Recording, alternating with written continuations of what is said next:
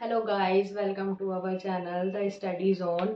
तो आपको पता है, मैंने आपको अपनी लास्ट क्लास में आपको चैप्टर नंबर 1 के कुछ इंपॉर्टेंट क्वेश्चंस कराए थे। वो बहुत कम थे। नाउ अब मैं इसका पार्ट 2 कराऊंगी आपको। यही चैप्टर है, साइंस का ही चैप्टर है, और इसी चैप्टर के आपको आगे के इंपॉर्टेंट क्वेश्चंस मैं इस वीडियो में आपको कराने वाली हूँ। एंड आपको लास्ट क्लास में आपको इंग्लिश के कुछ मोस्ट इंपॉर्टेंट क्वेश्चंस मिले थे चैप्टर नंबर 1 के। आई होप आपने उसको भी बहुत अच्छे से देखा होगा और पढ़ा भी होगा। तो प्लीज़ आप ऐसे ही पढ़ें और अपनी तैयारी को करें, क्योंकि एग्ज़ाम बहुत ज़्यादा नज़दीक आ चुके हैं।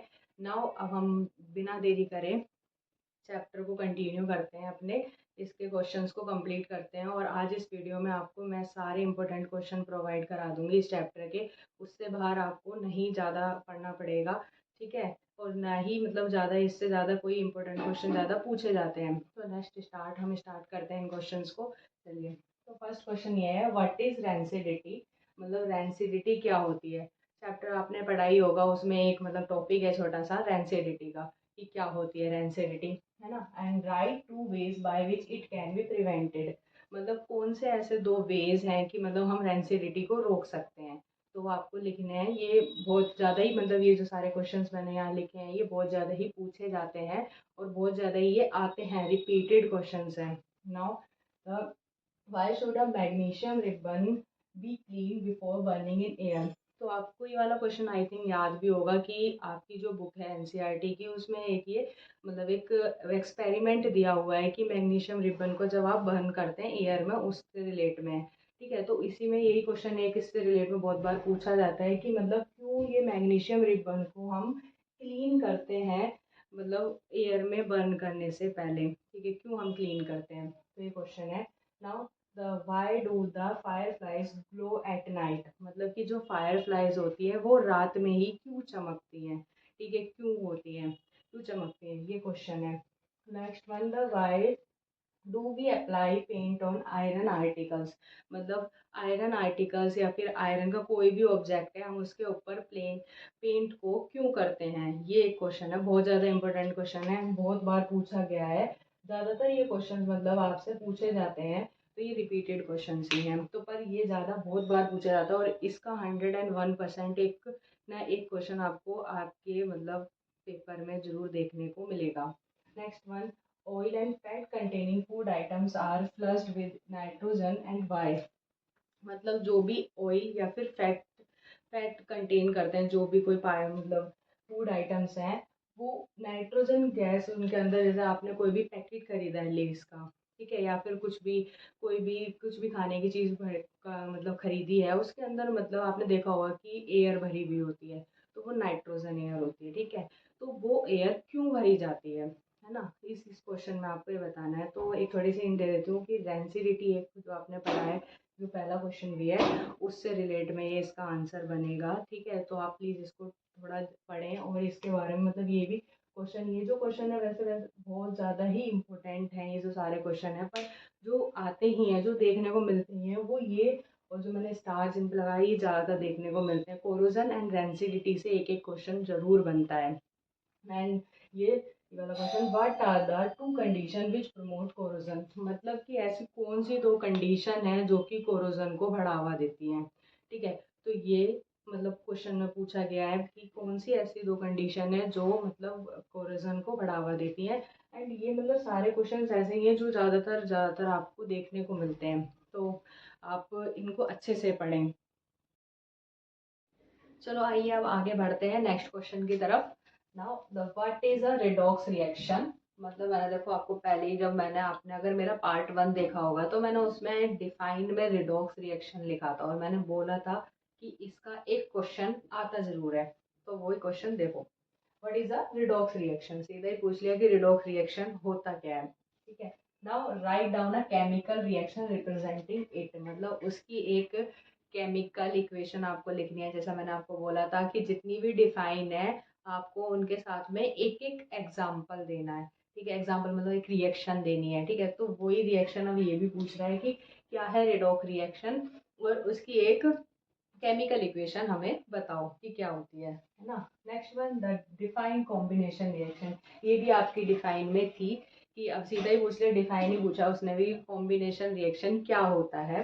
ठीक है, write two example of combination reaction, मतलब इसके 2 एग्जाम्पल आपको बताने हैं कि कौन से हैं। तो आई थिंक आपको डिफाइन से पता लग रहा होगा कि कौन कौन से क्वेश्चन ज़्यादा आते हैं, तो ये आते ही हैं, है ना। विच, पर इसके आगे और भी है कि मतलब जो आप एग्जाम्पल लिखोगे कि which are exothermic in nature, मतलब कि वो जो भी आप एग्जाम्पल लिखोगे कि वो उसमें शो होना चाहिए कि वो एक्सोथर्मिक है नेचर में। क्या मतलब कॉम्बिनेशन रिएक्शन, मतलब एक आपको ऐसा एग्जाम्पल देना है कि उसमें ये शो हो सके कि मतलब कि जो भी रिएक्शन हो रही है वो एक एक्सोथर्मिक रिएक्शन है। ठीक है, तो वो ऐसे आपको 2 एग्जाम्पल देना है, और डिफाइन में आपको एक्सोथर्मिक एंड एंडोथर्मिक भी दिखा होगा, है ना।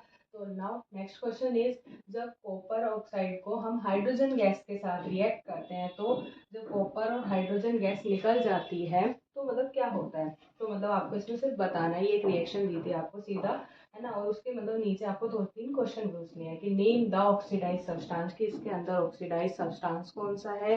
Next one, name the reduced substance, कौन सा इसमें रिड्यूस सब्सटेंस है। And name the oxidising agent, और कौन सा इसमें ऑक्सीडाइजिंग एजेंट है। तो ये 3 क्वेश्चन, मतलब ऐसे क्वेश्चन बहुत बार पूछे जाते हैं कि कौन सा ऑक्सीडाइजिंग है, कौन सा रिड्यूसिंग है, ये सब आपको पता होना चाहिए। ठीक है, now next one, what happen when zinc strip is dipped in copper sulphate solution, मतलब क्या होता है जब हम किसी भी जिंक स्ट्रिप को मतलब डिप करते हैं कॉपर सल्फेट सॉल्यूशन में, है ना। ये आपको क्वेश्चन में पूछा गया कि अगर हम किसी भी जिंक स्ट्रिप को डिप करेंगे कॉपर सल्फेट सॉल्यूशन में तो वो क्या होगा, उसके साथ क्या होगा। ठीक है, उसने बोला गिव इक्वेशन, उसकी इक्वेशन आपको पहले लिखनी है। And identify the type of reaction, मतलब और उसके बाद जो भी मैंने आपको टाइप्स, अगर आपको पता होंगे कि 4 टाइप के होते हैं तो कौन सा वो टाइप है रिएक्शन का, वो आपको इसके अंदर बताना है। नाउ ये आपका लास्ट क्वेश्चन है, लास्ट है, और लास्ट में एक छोटी सी एडवाइस भी मैं दूंगी, पर आप पहले हम एक क्वेश्चन पढ़ लेते हैं। ठीक है, last question, the give reason, मतलब आपको रीजन बताना है कि क्यों होता है। Now when silver chloride turns grey in sunlight, white silver chloride जो है वो क्या कहता है, टर्न ग्रे, मतलब ग्रे में क्यों बदल जाता है सनलाइट में आने के बाद। ठीक है, एंड बी पार्ट इसका क्या है, ब्राउन कलर्ड कॉपर पाउडर, मतलब एक, अगर कॉपर पाउडर आपने देखा हो ब्राउन कलर का होता है, और हीटिंग मतलब जो हम उसको हीट करते हैं इन एयर, एयर के अंदर turns into black colour substance, तो वो ब्लैक कलर का क्यों हो जाता है। ठीक है, तो ये मतलब बहुत ज़्यादा ऐसे क्वेश्चंस हैं जो कि रिपीटेड क्वेश्चंस हैं और आते ही आते हैं क्वेश्चंस, तो इन क्वेश्चंस को प्लीज़ आपको नहीं छोड़ना है। एंड लास्ट में मैंने आपको भी बोला था कि मैं आपको एक एडवाइस दूंगी, तो वो एडवाइस ये थी कि मतलब आपको ये सारे क्वेश्चंस तो करने हैं, पर लास्ट में आपको एक चीज़ और करनी है। वो चीज़ ये है कि आपको आपकी जो भी एनसीईआरटी की बुक के मतलब जितने भी क्वेश्चंस हैं, चाहे वो इंटेक्स क्वेश्चंस हो चाहे कोई से भी क्वेश्चंस हो, ठीक है, चाहे वो बाद में जो दे रखे होते हैं प्रैक्टिस क्वेश्चन बीच बीच में दे रखे हैं, लास्ट में इंडेक्स क्वेश्चन दे रखे हैं, वो आपको एक भी नहीं छोड़ना है।